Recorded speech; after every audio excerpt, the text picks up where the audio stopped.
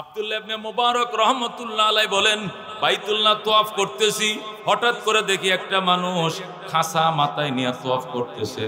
আমি বললাম, কিরে, হেরেম শরীফের মধ্যে আলুর খাসা, তরমুজের খাসা, এই বাঙ্গির খাসা, এই নিয়ে তোয়াফ করা লাগে কেন?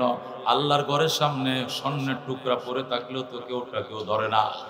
আব্দুল্লাহ ইবনে মুবারক, ভাই খাসা নামান, নামায় এক পাশে রাইকা তরকারির খাসাটা রাইকা তোয়াফ করেন, কষ্ট হইতেছে আপনার। লোকটা ডাক দেখ, ও আব্দুল্লাহ ইবনে মুবারক, এটা আমার তরকারির খাসা নয়, আলুর খাসা নয়, এটা আমার জনম দুঃখিনী মা বহনকারী খাসা। আমি যখন হজে রওনা করব, মার কাছে দোয়া চাইছিলাম, মা গো, ও মা, বাইতুল্লাহ যাইতেছে, দোয়া করো। তখন আমার মায়ে কয়, সন্তান, একা যাইলে দোয়া দিব না, আমারে লয়ে যাও। আমি বললাম, মা, তোমারে কেমনে নিব? আরব সাগর কি দিয়ে পাড়ি দিব? মা কয়, আমার মাথায় নিয়ে রওনা কর, যেখানে সাগর পাইবে চোখ বন্ধ করে দাঁড়ায় থাকবে, আমি মা দোয়া করব, চোখের ফলকে বাইতুল্লাহ পৌঁছে যাইবা। আমার মা যখন আমাকে এইভাবে বলল, আমি সাথে সাথে খাসার নিচে কাঁথা বিছাইয়া এই কাঁথার মধ্যে মায়েরে বসাইছি, উপরে মশারি দিয়ে ডাকছি, এরপরে মাথায় নিয়ে রওনা হয়েছি।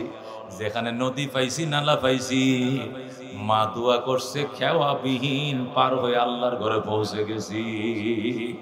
আমি আমার তোয়াফ করি, আমি যখন তোয়াফ করি আল্লাহর ঘর, মা তো হাঁটতে পারে না, মারে মাথায় নিয়ে তোয়াফ করি, মার তোয়াফ হয়ে যায়, আমার তোয়াফ হবে, মায়ের তোয়াফ হবে। এইভাবে আমি মার খেদমত করি। আল্লাহর ওলি হাকিম উম্মত মুজাদ্দিদ মিল্লাত বলেন, মা বাবার খেদমত করো গো, 5টা জিনিস পাইবা। কয়টা জিনিস পাইবা? মা বাবার খেদমত করলে হাদিসে আছে, 1 নম্বর সম্মানের চেয়ার পাবো। কে পাবো? সম্মানের চেয়ার এমনে পায় না মানুষ। মুফতি হবে, মুহাদ্দিস হবে, আজকে প্রধান অতিথি, প্রধান বক্তা, প্রধান অতিথি, চেয়ারম্যান, এমপি, মেয়র, এই যারা প্রধান অতিথির চেয়ার পাইছে, আল্লাহর হাবিব সাল্লাল্লাহু আলাইহি ওয়াসাল্লাম বলেন, মা বাবার খেদমত করলে 5টা জিনিস পাইবা। কয়টা জিনিস? 1 নম্বরে সম্মানের চেয়ার পাইবা। মা বাবার দোয়া লও, আল্লাহ তোমাকে এমপি বানাবে, মিনিস্টার বানাবে, মন্ত্রী বানাবে, মুফতি বানাবে, মুহাদ্দিস বানাবে, প্রধান বক্তা বানাবে, প্রধান অতিথি বানাবে। এর জন্য মা বাবার দোয়া দরকার, কথা কোন ঠিক কিনা? 2 নম্বর, মা বাবার খেদমত যারা করবে, 2 নম্বর পুরস্কার, দীর্ঘ হায়াত পাবে। 100 বছর, 90 বছর, 110 বছর, 20 বছর বাঁচবে। আল্লাহু আকবার। কারণ সন্তানের জন্য মা বাবা শুধু হায়াতের দোয়া করে, হায়াতের দোয়া। 3 নম্বর, মা বাবার খেদমত যারা করে, বড় বড় মৃত্যুজনক মুসিবত থেকে আল্লাহ নিজ হাতে হেফাজত করে। সন্তানের মাথায় ঠাডা ফেলবে, ফেরেশতা রওনা করছে ঠাডা নিয়া। মা যখন হাত পারে, আল্লাহ ওয়েদার ভালো না, ঠাডা পড়তেছে, আমার ছেলেটা রিস্কা নিয়ে বের হয়েছে, তুমি হেফাজত করিও। সাথে সাথে আল্লাহ বলবেন, ফেরেশতারা রে, ঠাডাটা ওই সন্তানের মাথায় ফেলিস না, তাল গাছের মাথায় ফেল। তার মা আমার দরবারে হাত বাড়ায় দিছে। আল্লাহু আকবার। এই জন্য খেয়াল করে শুনেন, মা বাবার খেদমত করলে 1 নম্বর সম্মানের চেয়ার পাবেন, 2 নম্বরে দীর্ঘ হায়াত পাবেন, 3 নম্বরে বড় বড় মুসিবত থেকে বাঁচবেন, 4 নম্বর, মা বাবার খেদমত করলে আল্লাহ বাইতুল্লাহ জিয়ারত ভাগ্য দিবে, মক্কা মদিনা জিয়ারত করার ভাগ্য খুলে দিবে। কোটি কোটি টাকার মালিক হলে মক্কা মদিনা যাওয়া যায় না, মা বাবার দোয়া থাকলে মক্কা মদিনা দেখা যায়। কথা ঠিক কিনা? আমাদের বাংলাদেশের একজন প্রসিদ্ধ গায়ক ছিল, মুর্শিদি গান গাইতো, আব্দুল আলিম। আব্দুল আলিম 19টা গান লেখছে। এরপরে সে মারে কয়, মা, মুর্শিদি শরীয়ত মারেফতের কত গান আমার বাংলাদেশ বেতারে টেলিভিশনে সম্প্রচার হয়েছে, কিন্তু মদিনা তো দেখলাম না। মা কয়, বেটা, গান গায়ে কি মদিনা যাওয়া যাবে? মার দোয়া লো, মার দোয়া। আমি মা দোয়া করলাম, এবারের গানটা তুই মদিনার নামে লিখবে, মদিনার নবীও তোর এদিক থেকে ডাকবে, আর মার দোয়া এদিক থেকে পিছন দিকে ঠেলবে, একে ধাক্কায় তুই মদিনায়। যেরকম আল্লাহু আকবার। এরপরে 20 নম্বর গান লেখছে আব্দুল আলিম, মনে বড় আশা ছিল যাব মদিনায়, মনে বড় আশা ছিল যাব মদিনায়। এর একটা গান আছে কিনা? আছে কিনা? এটাও বাংলাদেশ বেতারে, ওই সময় তো আর কি ছিল না, ফেসবুক আর ইউটিউব ছিল না, এটাকে বেতারে ভাইরাল করছে। সকালবেলা তাফসিরে কালামুল্লাহর পরেই সাংবাদিক বলতেন, এখন আপনারা শুনবেন সকাল 6:30 আব্দুল আলিমের কণ্ঠে মুর্শিদি গান। এই গান সম্প্রচার হওয়ার পরে গুলশানের এক বিধবা নারী আব্দুল আলিমকে খবর দিয়ে আনে, বলে, আব্দুল আলিম মদিনায় যাইবে, তুমি টাকা দিব আমি। যেরকম আল্লাহু আকবার। মার দোয়া থাকলে কি না হয়, কি না হয়। এই জন্য হাকিমুল উম্মত মুজাদ্দিদে মিল্লাত আশরাফ আলী থানভী রাহমাতুল্লাহ আলাইহি লেখে 4 নম্বর পুরস্কার মা বাবার খেদমত যারা করবা মদিনায় যাইতে পারবা। কারারে বাজান মদিনা যাইতে আগ্রহী হাত বাড়ান। আল্লাহ তুমি কবুল করো, জোরে করে আমিন। আব্দুল আলিমের গান এখনো শুনলে কলিজাটা বাগ বাগ হয়ে যায়, মদিনার জন্য মন দেওয়ানা হয়ে যায়। কাফেলাতে কে যাও তুমি, কে যাও বেয়ে তোরি, ও ভাই সঙ্গে নিয়ে যাইও মোরে খানি কৃপা করি। সঙ্গে যদি না লও মোরে গিয়ে মদিনায়, এই গরিবের সালাম দিও মদিনার বাদশাহ। কথা ঠিক কিনা? আরব সাগর পারি দেব নাইকো আমার তরি, পাখি নয় যে উড়ে যাব ধানাতে ভর করি। কথা ঠিক কিনা? আমার আশা আছে সম্বল নাই, করি কি উপায়, মনে বড় আশা ছিল যাব মদিনায়। জোরে করে আল্লাহুম্মা আমিন। হাকিমুল উম্মত লেখে 5 নম্বর পুরস্কার মা বাবার খেদমত যারা করবা গো, 5 নম্বর পুরস্কার মৌতের বিছানায় টাস টাস করে কালমা জারি হয়ে যাবে। মৌতের বিছানায় যখন শুইবা কেউ তোমারে হেল্প করতে পারবে না, মাও পারবে না, বাবাও পারবে না, কান্নাকাটি করা ছাড়া আর কেউ নাই। ওই টাইমে, ওই নিদনে, ওই দুঃসময়ে আমার আল্লাহ জবান দিয়ে জারি করবেন আশহাদু আল্লা ইলাহা ইল্লাল্লাহু ওয়া আশহাদু আন্না মুহাম্মাদান আবদুহু ওয়া রাসূলুহু। ওই টাইমে হার্টবিট বাড়বে না, তৃষ্ণা লাগবে না গো, ওই সময় জবান তাজা থাকবে। মা বাবার দুয়ার কারণে টাস টাস করে জারি হয়ে যাবে আশহাদু আল্লা ইলাহা ইল্লাল্লাহু ওয়া আশহাদু আন্না মুহাম্মাদান আবদুহু ওয়া রাসূলুহু। সুবহানাল্লাহ। এ দোস্ত, মা বাবার খেদমত করলে 5টা জিনিস পাওয়া যায়। 1 নম্বর দীর্ঘ, 1 নম্বর সম্মানের চেয়ার, সম্মানের কি চেয়ার।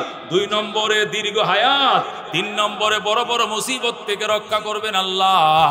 ও বন্ধু, যাইতেছিল ওই রাস্তা দিয়া, বালুর ঠাকের সাথে তোমার সিএনজির সামনাসামনি সংঘর্ষ, ড্রাইভার সহ 3 জনে স্পট ডেড, কিন্তু তোমার গায়ে একটু আঁচড়ও লাগে নাই, কারণ তোমার জন্য তোমার মায়ের দোয়া আছে।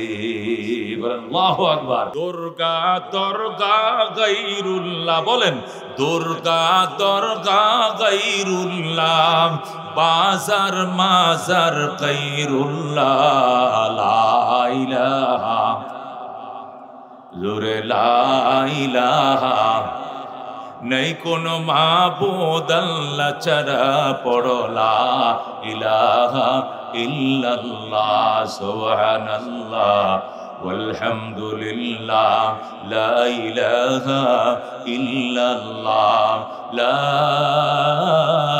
ইলাহা ইল্লাল্লাহ, মুহাম্মাদুর রাসূলুল্লাহ সাল্লাল্লাহু আলাইহি ওয়াসাল্লাম। ওরে বন্ধু, বলতেছিলাম আল্লাহ তাআলা বলেন সিদ্ধান্ত করে ফেলেছি, রেজিস্ট্রেশন করে ফেলেছি, রেজুলেশন করে ফেলেছি, অনুমোদন দিয়ে দিছি, বান্দা বান্দির জন্য অবধারিত করে ফেলেছি 2টা জিনিস। 1 নম্বর জিনিস হলো ইবাদত চলবে একমাত্র কার? দাসত্ব চলবে কার? সিজদা করব কার পায়ে? আল্লাহর পায়ে, অন্য কার পায়ে নয়। আমরা যে কপালটা ঠেকাইয়া বলি সুবহান রাব্বিয়াল আলা, সুবহান রাব্বিয়াল আলা, এই কদমটা কার? একমাত্র আল্লাহর। কথা কোন ঠিক কিনা? এই জন্য আল্লাহ ডাক দেখো, বন্দা খাইবা যার, নুন খাইবা যার, গুন গাইবা তার। কথা কোন ঠিক কিনা? নুন খাওয়ায় কে? গাছের ফল খার, ক্ষেতের ফসল খার, ক্ষমতা কার হাতে? ঝড় বৃষ্টি দেখে, রোদ ঠান্ডা দেখে আল্লাহ। আল্লাহ। কতক্ষণ ঠিক কিনা? শামস কমর, শামস কমর সুরখ জমি अंजुम अख्तर, दस्त जीबल वादी व सहरा व समंदर, मोर मलक दाम दुर तैर कबूतर, शाम सेहर जुल्मत जो अहमर असफर, गुलजार गुलाबुर्ग शजर किसने बनाया, तालिब मायूसी का हो ये सब जिसने बनाया, तालिब मायूसी का हो ये सब जिसने बनाया। जुरगुन मरहबा। এই জন্য আল্লাহ বলেন সিদ্ধান্ত দুইটা করে ফেলেছি। এক নম্বর সিদ্ধান্ত হলো সকল ফেরেশতাদেরকে নিয়ে আমি আল্লাহ মশওয়ারা করে পরামর্শ করে সিদ্ধান্ত করে রেজুলেশন করে ফেলেছি, ইবাদত চলবে একমাত্র আল্লাহর, কার চলবে ইবাদত। দুই নম্বর ওয়াবিল ওয়ালিদাইনি ইহসানা, খেদমত চলবে একমাত্র মা বাবার। বলেন খেদমত চলবে কার? ইবাদত চলবে আল্লাহর, আর সেবা খেদমত চলবে কার? মা বাবার। এটা আমার কথা না আল্লাহর কথা। আল্লাহ বলেন এটা আমি ওয়াকাদা রাব্বুকা, হে আমার বন্ধু আপনার রব ফয়সালা করেছেন, ডিসিশন দিয়েছেন, সিদ্ধান্ত দিয়ে দিয়েছে, রেজুলেশন করে ফেলেছেন, রেজিস্ট্রেশন করে ফেলেছেন, স্বাক্ষরিত হয়ে গেছে যে বিধান, সেই বিধানের এক নম্বর বিধান হলো ইবাদত চলবে একমাত্র কার? চাওয়া পাওয়া কার কাছে? দিতে পারে কে? নিতে পারে কে? ক্ষমতায় বসায় কে? ধার ওধরে নামায় কে? ও দোস্ত, এদেশের ক্ষমতা এই গভর্নমেন্ট ছাড়বে, এটা অনেকে কল্পনাও করে নাই। যারা ক্ষমতায় ছিল তারাও কোনোদিন ভাবে নাই যে রান্না ভাতগুলো খায়া যাইতে পারবো না বাংলাদেশ থেকে। কতক্ষণ ঠিক কিনা? এটা তারাও কোনোদিন কল্পনা করে নাই। এই সেই ফয়সালা হয়েছে আকাশে। কোথায় হয়েছে? এই ডিসিশন কোথায় হয়েছে? আকাশের ডিসিশনের জমিন এমনি কনফার্ম হয়ে গেছে। কতক্ষণ ঠিক কিনা? এই জন্য আল্লাহ বলেন ইবাদত চলবে একমাত্র কার? শুধুমাত্র কার? এটা আমি আল্লাহর ডিসিশন। আল্লাহর খাইবা, আল্লাহর গোলামি করবো, অন্য কাহারও গোলামি নয়। তুলসী গাছের ইবাদত করবা কেন? তুলসী গাছ তোমার গুড়ার ডিম দিছে নি মিয়া? বট গাছ পূজা করবা কেন? বট গাছ তোমার আন্ডা দিছে নি? কি দিছে তোমারে? দুর্গার পূজা চলবে না, দরগা পূজা চলবে না, তুলসী চলবে না, বট গাছ চলবে না, ইবাদত চলবে কার? তিনি এমন কুদরতের মালিক, আসমান থেকে বড়, পাহাড় থেকে বড়, জমিন থেকে বড়, বড় থেকে বড়, ছোট থেকে ছোট, এটা উনি পোকা পর্যন্ত বানাইছেন, তিনি খাওয়ান, তিনি আর কেউ বানাইতে পারে না। এই কথা ঠিক কিনা? রব তো উনি হবেন। এই মুসলমান, উনি রব হবেন, উনি ইবাদত পাবেন যিনি সৃষ্টি করেন। এই কোন সৃষ্টি যার, গোলামি তার। কথা ঠিক কিনা? একটা উই পোকা বানানোর ক্ষমতা কি আল্লাহ ছাড়া কারো আছে? তাহলে গোলামি আল্লাহ ছাড়া আর কেউ পাবে? আর কেউ পাবে না। কথা ঠিক কিনা? এটা ইলিশ মাছ, ও দুস্থ, কত সুন্দর করে রব বানাইছে। এই ইলিশের মাথার মাঝে এক মজা, ফেডির মাঝে আরেক মজা, ফিডের মাঝে আরেক মজা, লেজের মধ্যে আরেক মজা, ডিমের মধ্যে আরেক মজা। কে দিছে এই মজা? এজুরে কোন কে দিছে? কেউ কয় ফেডি দাও, কেউ কয় কি এই ইলিশ মাছ খাবেন? খাবো। কে কোনটা দিব? ফেডি দেন, আমার ফেডি দেন। আরেকজন কো মাথা দেন। কথা কোন ঠিক কিনা? আরেকজন কো লেজ দেন, আরেকজন কো কিচ্ছু খামো না, ডিম দেন। ইলিশের ডিম বড় মজা। ও দোস্ত, একটা মাছ কার বলে দিয়েছেন? ইয়া মাশারাল জিন্নি ওয়াল ইনস, ও জিন এবং ইনসানের দল, এ মানব এবং দানবের গোষ্ঠী, শুন, আমার জমিনে যদি থাকতে চাও আমার আইন মেনে চলতে হবে। যদি চলতে মন চায় আমার জমিনে থাকো, আর আমার জমিনে থাইকে আমার যদি মানতে মন না চায় ফানফুজু, আমার জমিন ছেড়ে চলে যাও। লা তানফুজুনা ইল্লা বিসুলতান, যাওয়ার জায়গা নাই, যেখানে যাইবা দেখবা সেখানেও রাজত্ব চলছে আমি আল্লাহর। কথা কোন ঠিক কিনা? বাংলাদেশে আল্লাহর আইন মানবা না, যাইবা ইন্ডিয়াতে, ইন্ডিয়া তোমার হৌরের নি, তোমার শ্বশুরে বানাইছে ইন্ডিয়া, এটাও আল্লাহর। কথা কোন ঠিক কিনা? ইন্ডিয়া তাকবা না, চলে যাবে জাপান, জাপানও তো আমার আল্লাহর। কথা কোন ঠিক কিনা? আল্লাহ কই জমিনে থাকবি না, যাইবি আসমানে, আসমানে যায় দেখবে এটাও আমার। আল্লাহু আকবার। আসমানে না যায় যাইবা পাহাড়ে, পাহাড়ও আমি আল্লাহর। যাইবা সাগরে, সেখানেও যায় দেখবা সাগর আমি আল্লাহর। কথা কয়। কথা কোন ঠিক কিনা? সুতরাং আমার জমিনে থাকলে আমাকে মানতেই হবে। আমার জমিনে যদি থাকতে মন না চায়, আমার বিধান যদি মানতে মন না চায়, আমার জমিন ছেড়ে চলে যাও। ফানফুজু লা তানফুজুনা ইল্লা বিসুলতান ফাবিআইয়ি আলাই রাব্বিকুমা তুকাজ্জিবান। আল্লাহু আকবার। এই জন্য বন্ধু আল্লাহ পরিষ্কার বলে দিয়েছেন, দুইটা সিদ্ধান্ত নিছি। এক নম্বর সিদ্ধান্ত হলো ইবাদত চলবে কার? 2 নম্বর সিদ্ধান্ত ওয়াবিল ওয়ালিদাইনি ইহসানা, খেদমত চলবে, মা বাবার খেদমত চলবে কার? মা বাবার খেদমত করতে হবে। মা বাবার খেদমত তো ফিরের খেদমত করো, ডাক্কা বাবার খেদমত করো, ওই তোমার উকিল বাবার খেদমত করো, দরবেশ বাবার খেদমত করো। এই বন্ডামি আর ফান্ডামি আল্লাহর দরবারে কবুল হবে না। কতক্ষণ ঠিক কিনা? পৃথিবীতে সবচেয়ে বড় পীর হইল বাবা। কতক্ষণ ঠিক কিনা? পৃথিবীতে বন্দুকের গুলিও মিস হয়, রাইফেলের গুলিও মিস হয়, কিন্তু মা বাবার দোয়া কোনোদিন মিস হয় না। যেরকম আল্লাহু আকবার। আল্লাহর হাবিব সাল্লাল্লাহু আলাইহি ওয়াসাল্লাম ইরশাদ করেন, মা বাবার দোয়া আর আল্লাহর আরশের মাঝখানে কোনো পার্টিশন না, ডাইরেক্ট কবুল হয়ে যায়। যেরকম সুবহানাল্লাহ।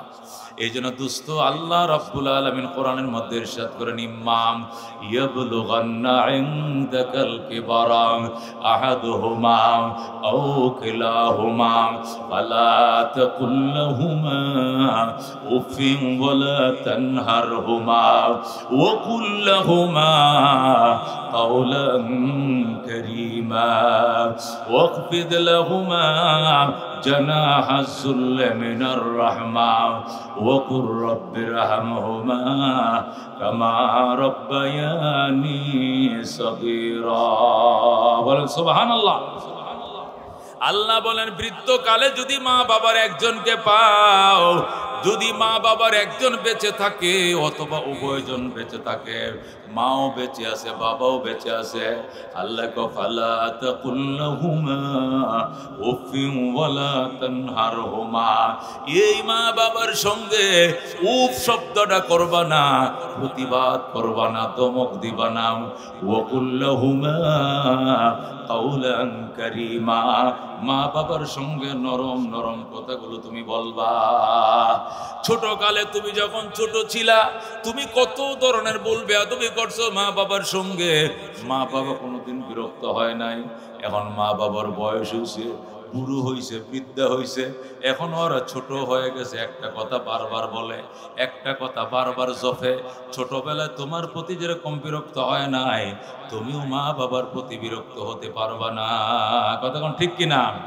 আল্লাহ বলেন, ওয়াখফিদ লাহুমা জানাহা যুল্লি মিনার রাহমা, পিতামাতার জন্য আনুগত্যতার ডানাগুলো, হাতগুলো, বাহুগুলো বিছায় দাও আর দোয়া করো, ওয়া কুর রাব্বিরহামহুমা কামা রাব্বায়ানি সগীরা।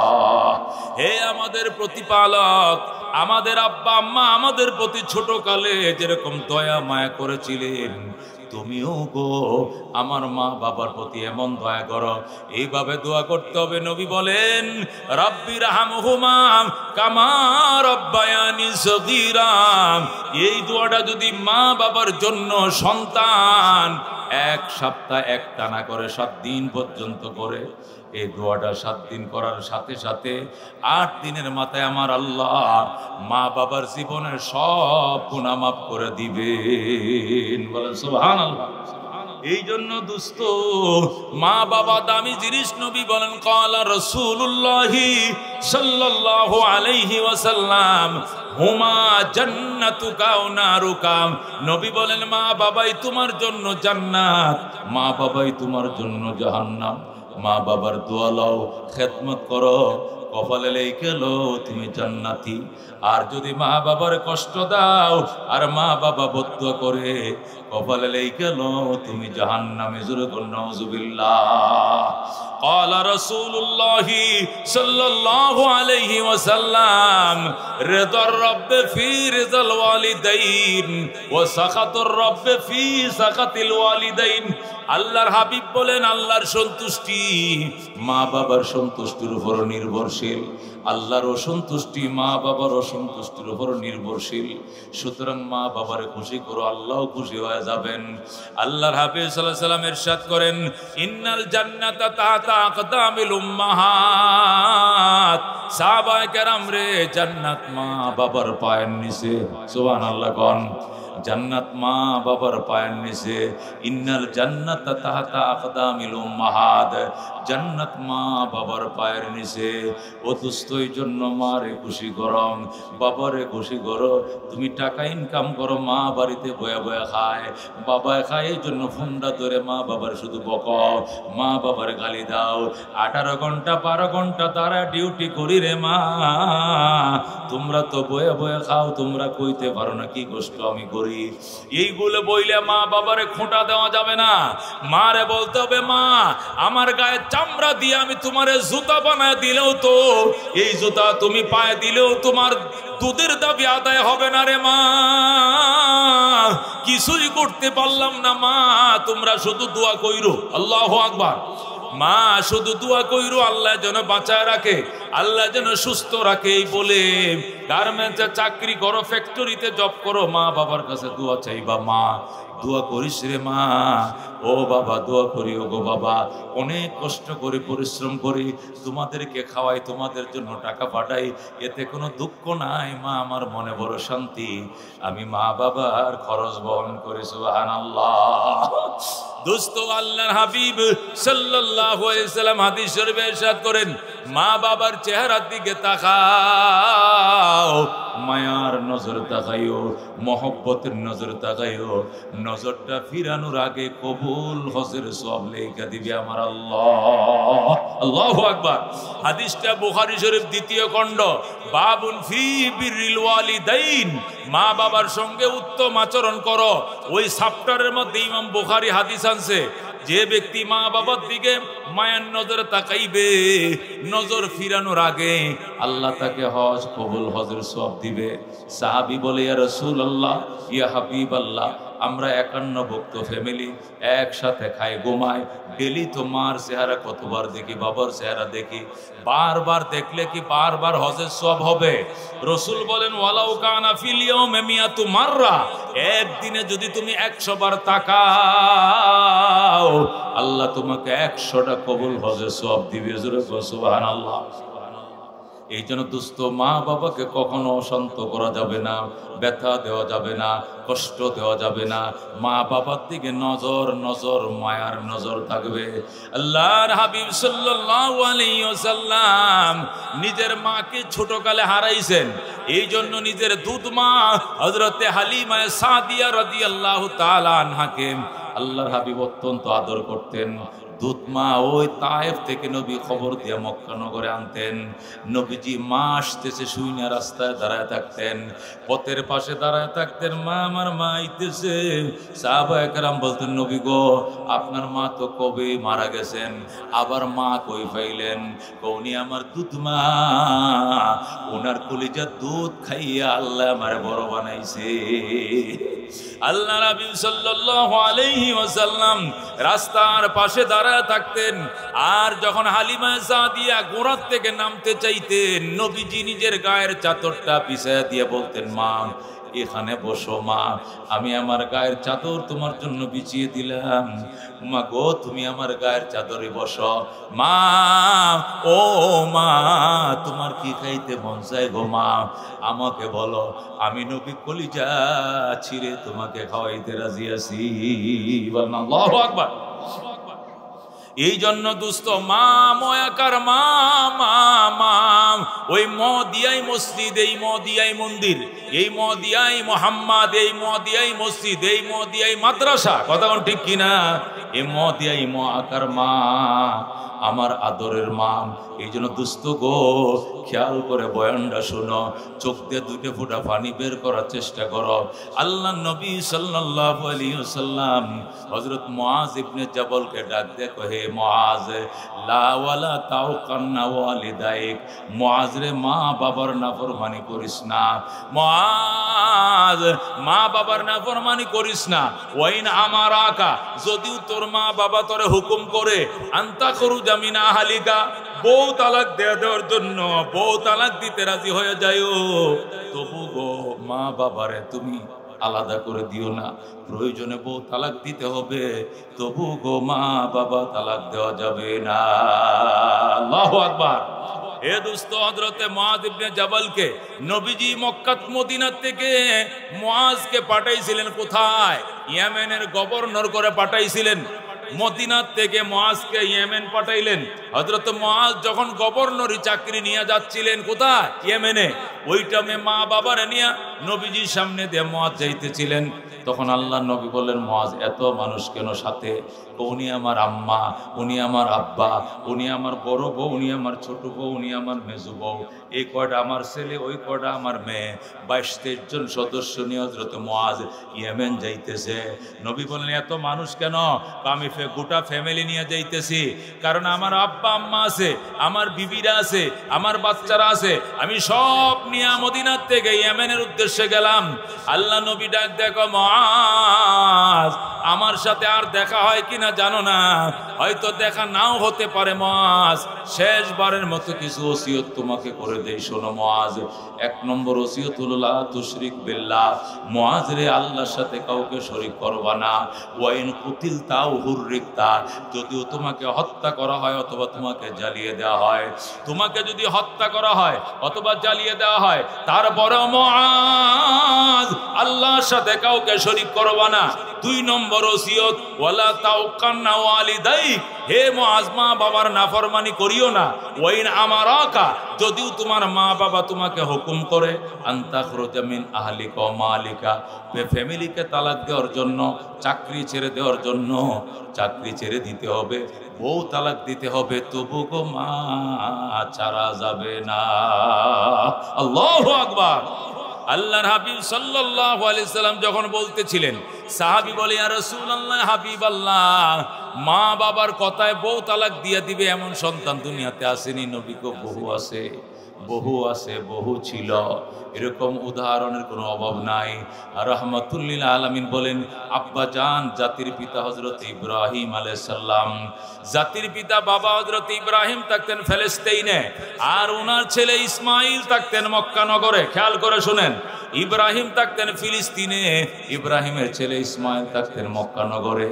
ইসমাইল মক্কার মধ্যে বড় হয়েছে, মক্কার মানুষ ইসমাইলকে বিয়ে করায় দিছে। হযরত ইসমাইল বউ গড়ে আইনা বাবার কাছে চিঠি লিখছে, বাবা গো, তোমার ইসমাইল বিয়া করছে, পুত্রবধূ দেইখা যাও, তুমি বউ দেখার পরে তার সাথে আমি ঘর সংসার করব, এছাড়া সংসার করব না। আল্লাহর খলিল ইব্রাহিম ইসমাইলের চিঠি পাইয়া ওই রওনা করছে। কোথায় থেকে? ফিলিস্তিন থেকে রওনা করছে ইসমাইল। আল্লাহু আকবার। হযরত ইব্রাহিম রওনা করছে ইসমাইলের পুত্রবধূ দেখার জন্য।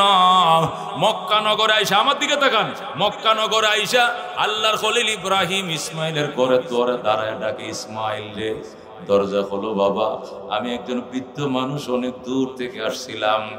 ইসমাইল ঘরে ছিলেন না, ইসমাইলের বউ ছিল ঘরে। বউ ডাক দিয়ে, কে গো আপনি? আমি একজন বৃদ্ধ মানুষ। কোত্থেকে এসছেন? আমি ফিলিস্তিন থেকে আসছি। কারে খুঁজেন? কই ইসমাইল রে খুঁজি। চলে যান, ইসমাইল বাড়িতে নাই। যখন নাউজুবিল্লাহ। আল্লাহর খলিল ডাক দেয়, কয় মা, আমি চলে যাইব কেন? আমার ইসমাইল তো চিঠি লেখছে আমি আসার জন্য, আমি চলে যাইব কেন? কয় ইসমাইল বাড়িতে নাই, চলে যান, পরে আইসেন। ইব্রাহিম ডাক দেয়, কয় মা, আমার ইসমাইল কই? আপনার ইসমাইল দাওয়াতের কাজে গেছে, শিকার করতে গেছে, কবে আসবে? কয় তা তো জানি না। তোমরা কেমন আছো মা? কও ভালো নয়। সংসার কেমন চলছে? সুবিধার নয়। মা, আমি গেলাম রে মা, আমার ইসমাইল আসলে কইও, আমার ইসমাইল আসলে কইও, আমি আবার আসবো গো মা, আমি আবার আসবো। আর কইও ইসমাইলের ঘরের চৌকাটটা ভালো নয়, ইসমাইল যেন চৌকাটটা তাড়াতাড়ি বদলাইয়া লয়। বলেন আল্লাহু আকবার। হযরত ইব্রাহিম এতটুকু বলছেন, ইসমাইল আসলে কইও রে মা, আমি আবার আসবো গো মা, আমি আবার আসবো। এই কথাটা বলিও। আর বলি ইসমাইলের ঘরে চৌকাটটা ভালো নয়, চৌকাট যেন বদলাইয়া লয়। এই কথা বলে আল্লাহর খলিল চলে যায়। ইব্রাহিম চলে গেছেন আবার ফিলিস্তিনে। হযরতে ইসমাইল বাড়িতে আইসা ডাক দেখা, বিবি রে আমার বাবা কই, আমার আব্বাই আসছিল কই? বিবি কয়, কে বলছে তোমার বাবা? তোমার বাবা আসে নাই। কো আসছে। তুমি কেমনে জানো? আমার নাকের মধ্যে আমার বাবার গন্ধ লাগতেছে। আল্লাহু আকবার। আমার বাবার গ্রাণ আমার নাকে লাগতেছে। আল্লাহর খলিল ইব্রাহিম যে রাস্তা দিয়ে হাইটা যায়, ঘন্টার পর ঘন্টা মেশকের সুঘ্রাণ ছড়ায়। জোরে গো সুবহানাল্লাহ। আল্লাহর খলিল ইব্রাহিম, ও দুস্ত খেয়াল করে শোনো, হযরত ইব্রাহিম খলিলুল্লাহ আলাইহিস সালাতু ওয়াস সালাম, তিনি যেই রাস্তা দিয়ে হাইটে যাইতেন মেশকের সুঘ্রাণ ছড়াইতো। এই জন্য ইসমাইল ডাক দেয়, কয়, ও মা, আমার ইসমাইল আসলে কইও, আমি একজন বৃদ্ধ মানুষ আসছিলাম, আমি আবার আসবো গো, আবার আসবো। ইসমাইল ডাক দেখো, বিবি রে আমার আব্বা আইছিল, তুই আমার আব্বারে আদর করছস নি? কয় নাম। আমার বাবারে যতন করছো নি? নাম। আমার বাবারে নাস্তা খাওয়াইছো নি? নাম। কি সর্বনাশ করলা গো, উনি আমার কলিজার টুকরা বাবা হযরতে ইব্রাহিম। ও আল্লাহ, এই চৌকাটটা যেন তাড়াতাড়ি বদলাইয়া লয়। হযরত ইব্রাহিম আলাইহিস সালাম চলে গেছেন। ইসমাইল বলছেন, বুঝেছি, আমার মাকে তুমি খেদমত করো নাই, আমার বাবাকে খেদমত করো নাই। আমার বাবা বলছে তোমাকে 3 তালাক দেওয়ার জন্য। এই জন্য হযরতে ইসমাইল আলাইহিস সালাম তার বউকে 3 তালাক দিলেন। আবার বনু জুরহুম গোত্রে বিবাহ করলেন। বিবাহ করার পর আবার চিঠি লিখছে, বাবা গো, তোমার ইব্রাহিম চৌকাট বদলাইছে, নতুন চৌকাট দেখা যাও। আল্লাহু আকবার বলেন। হযরতে ইসমাইল আবার বিবাহ করছেন। এরপরে চিঠি লিখছেন, বাবা গো, তোমার ইসমাইল আবার নতুন বিবাহ করছে, চৌকাট বদলাইছে, তুমি দেখা যাও। আল্লাহর খলিল আসলেন, আইসা মক্কা নর বাইতুল্লাহর সামনে এসে ডাক দিলেন, ইসমাইল রে ইসমাইল। ইসমাইল ওই দিন বাড়িতে ছিলেন না।